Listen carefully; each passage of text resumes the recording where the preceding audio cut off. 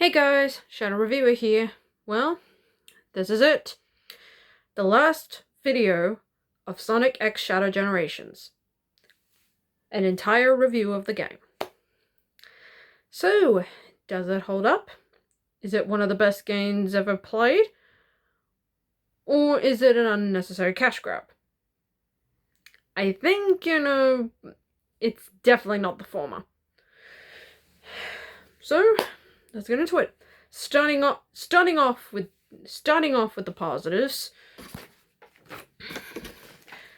The connections between Sonic and Shadow is very well done. I like that Shadow is given a reason why he's suddenly in white space. And again, give us the silver campaign. We all know we want it. I like how it's connected to both versions. It's a pretty well done setup. The nostalgia for these 15 levels, yes, 15, are some of them among the best. Where do we honestly begin? Green Hill for Sonic 1, Chemical Plant for Sonic 2, Sky Sanctuary for Sonic 3 and K, Speed Highway from Sonic Adventure, Space Colony Arc, Radical Highway, and City Escape from Sonic Adventure 2, Seaside Hill and Rail Canyon for Sonic Heroes, Crisis City and Kingdom Valley from Sonic 06, Rooftop Run from Sonic Unleashed, Sunset Planet Wisp for Sonic Colors, Sunset Heights from Sonic Forces, and lastly, Chaos Island from Sonic Frontiers. See, all 15 levels, perfectly fantastic. Some use more than one game has at least a couple of levels in this.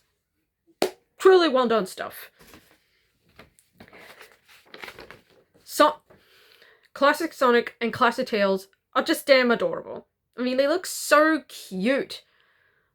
If I had to choose between the two, Classic Tails looks absolutely adorable. I love the way they're handled in this game, and it's absolutely beautiful. One more so than the other, but yeah. The remixes for these songs are just downright perfect. The remix for Crisis City Act 2 is spot on. Radical Highway is spot on.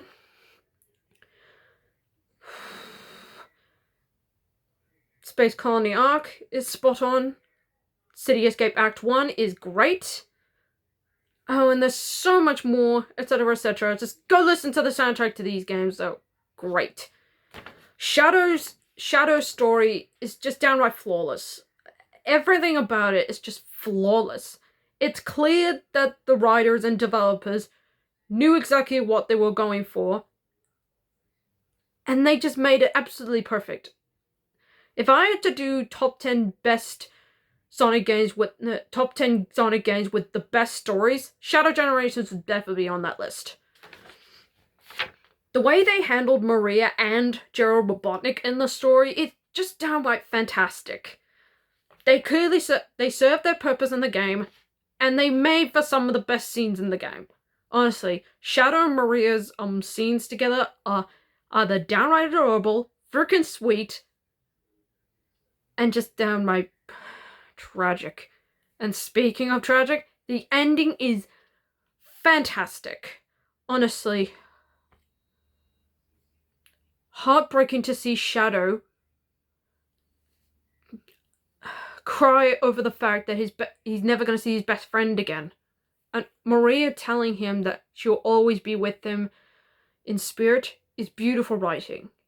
And given that I lost someone recently, this feels very close to home. This feels very freaking real. Black Doom is a pretty decent villain. He was met in Shadow the Hedgehog, but 19 years later, they make him so much better. Sorry you're seeing that. Is absolutely great. It's just, they make him better. Not great, but decent. And adding on to the 15 levels in both games, well, actually 6 in Shadows and 9 in Sonic's, but the connection between all of them are downright great. Shadow's new abilities are actually fun to play. You got Doom Sphere, Doom Blast, Doom Surf, Doom Morph, and my favorite, Doom Wings. Honestly, just fun in all the unique ways. Doom Sphere helps you unlock doors. Doom Blast, kamikaze enemies to the far reaches of space. Doom Surf after you travel across water. Doom Morph after you travel across purple goo, not entirely sure what that is. And Doom Wings let you fly across some vast areas where going on foot is inaccessible. Chaos Control is also fun to execute. All you have to do is hit multiple enemies, and it fills up to the most extent, both from game Shadow's perspective and movie Shadow's perspective. Both are excellent. Right. And my last positive, that it is honestly a great game to bring in nostalgic fans and a fun first time for newcomers. They both work so amazingly, and I thank this game for doing that. Well, both Sonic and Shadow. They're both fantastic. Alright, now onto the mix aspects. While I praise Shadow's story for being one of the best, Sonic's not so much. Now, I like the setup. It just honestly needs more investment. I mean, how do I explain this? Sonic's friends should have been there physically, like, maybe after you release them, you play the games again, but playing as them. That could have meant something a little bit. And, maybe actually make the dialogue more shall we say, punchier. It's not just dumb comedy. I mean, if you didn't like Roger Craig Smith's voice in Sonic Colors, you're not gonna like him here. Don't get me wrong, Roger Craig Smith is my Sonic, but given what game he's attached to, or cartoon he's attached to, he's either given terrible dialogue or meh dialogue. Now, he was fine in Colors, but in Generations, he's meh to me here. Getting S ranks in Sonic Generations is piss easy. All you have to do is not die, and you get that S rank pretty easily. Now, again, on Planet Wisp Act 2, that can be a tad difficult. But regardless, that is a still terrible level, we all know it. But getting the S ranks in all the levels, piss easy. Now, with Shadow, it's fine. I mean, you don't get the S rank the first time, but getting that S rank actually makes it fun replayability. Sonic Generations, not so much. Now, the side characters in Shadow Generations feels unneeded. Now, I get Rouge needing to be there. I mean, she's in Sonic Generations. You finish both acts of City Escape, she's released. That one makes sense. And Orbot and Cubot also makes sense, given the ending of Sonic Colors. Eggman leaves them there to converse with the Time Eater. That one makes legit sense. But Omega and Big, they're never seen mentioned in Sonic Generations, and they don't appear at the end either, so where the hell are they? I mean, they could be here, but they add nothing. Honestly, if you could just cut them out, it would affect nothing in the story at all. Honestly, I forget sometimes they're even there when I'm playing. The bosses are hit and miss. I'll go with the hits. Death Egg Robot, Metal Sonic, and Perfect Chaos are great bosses. The other half, Shadow, Silver, and the Egg Dragoon are a bit of a miss. Not bad, but could use some work. Oh, and the final boss, it's so damn easy. At least with Neo Devil Doom, he actually has some challenge to him. The Time Eater? You can easily beat this boss in like in under 3 minutes, and you feel nothing. Yes, I put it as the worst boss in Sonic X Shadow Generations. Yeah, it's too easy for me. Very, very easy. And I might get some flack for this. The open world stuff is okay. It's just... it feels like there's not much to explore other than getting those boxes, either to unlock songs, memories, or even, I don't know. The open world stuff is okay. Not bad, but okay. Okay, now on to the negatives. I only have 2, so I'll try and keep it short. 100%ing everything, and yes, that does include both Sonic and Shadow, are an absolute drag. Now, in the levels in Sonic Generations, you have to get all 5 red rings in each act, which means 90 red rings. Some of them are good, some are passable, and some are downright awful. Oh, and getting the Chow? I don't know what that's about. It wasn't in the original version of the game, and it wasn't even in the 3DS version, so why this is here? Who honestly knows?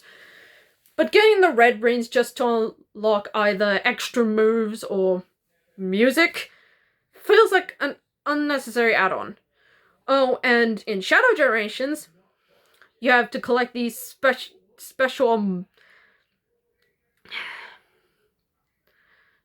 circle things, not sure what they're called. Let me know down in the comments if you know. Where you can unlock extra stuff. Kind of feels unneeded.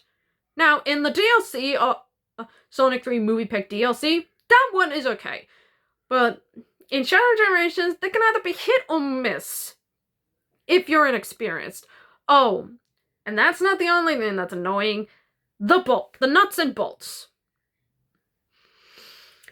Having to find all 80 of them, yes, 80, I've counted, it's absolutely... it can be in places that are hard to reach, or in places that's very difficult to find. I do not like this, and I absolutely hate it. And you have to bring these damn things to the damn robots. Ugh. And my one big complaint is the scene between Sonic and Shadow. And yes, whereas in Sonic Generations, that made sense. This should have been in there too. Okay, so what am I explaining here? Now, you know the cutscene where Sonic kicks Shadow's butt. There should have been a boss in there. I mean, give me a 5th boss. Like, okay, this is how I would have set this up. So, set up it like it normally, but from Shadow's perspective. But just as he's landing the final attack, it cuts to a cutscene where Sonic unleashes his attack before Shadow could, and defeats him. You know, like that. Like in Sonic Riders, before Sonic finishes the race, Wave cheats and blows up his extreme gear, allowing Jet to win. They should have done same process here. As you're getting close to defeating Sonic, he suddenly unleashes his special attack and defeats you. So pretty much it's a you win but you don't win situation. You just don't win. That could have made things a little more interesting from both Sonic and Shadow's perspectives. Why didn't they do that? Again, that's my only big complaint with this game. So that's my review of the game. I give this a 9.5 out of 10. It's a fantastic game, and I absolutely recommend it for any of the PS4 or the Nintendo Switch. And yes, this game is coming out on the Nintendo Switch too. My only big question, why? That's it. So, I hope you liked the video. Let me know down in the comments below if you agree or disagree with me. And give me a like and subscribe. Therefore, I hope I give you more videos like this.